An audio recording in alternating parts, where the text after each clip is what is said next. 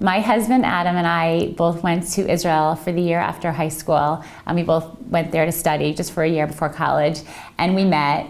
He was roommates with a good friend of mine from high school, and I had a crush on him, and he apparently had a crush on me, but I got the message that he didn't like me, and he thought I didn't like him, so nothing really happened aside from a couple dates, and we went out with friends. Fast forward 4 years, I went to London for one of my very close friends' wedding, a close friend who I had met that year in Israel, and Adam happened to be there. And we saw each other immediately across the chuppah, and our eyes locked, and that was it.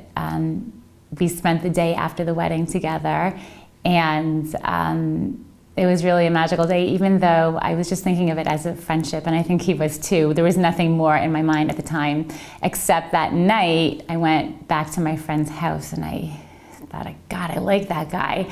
And many thoughts started whirling in my head, and I was leaving back to Boston the next morning. Adam had offered to drive me to the airport, and I wasn't going to say anything because I thought it was crazy after spending one day with this guy, but he brought it up and he said, what are we going to do about this?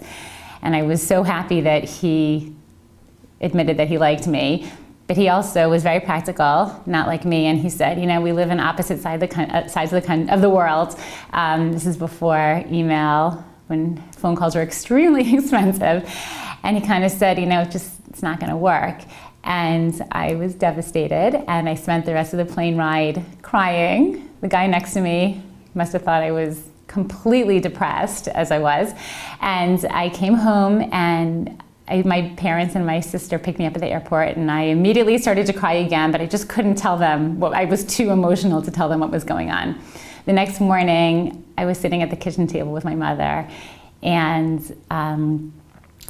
finally I was able to tell her what was going on. She didn't know what happened to her daughter, who went to London very happy and came back entirely depressed.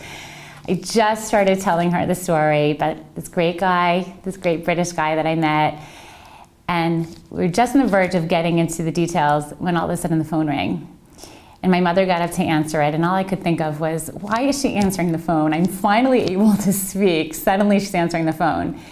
She picked up the phone and she said, Amy, it's for you, and he has a British accent. And that was the end. That's when Adam and I knew that was it. And I went to London a month later. I spent a weekend with him, and we knew that we were going to get married.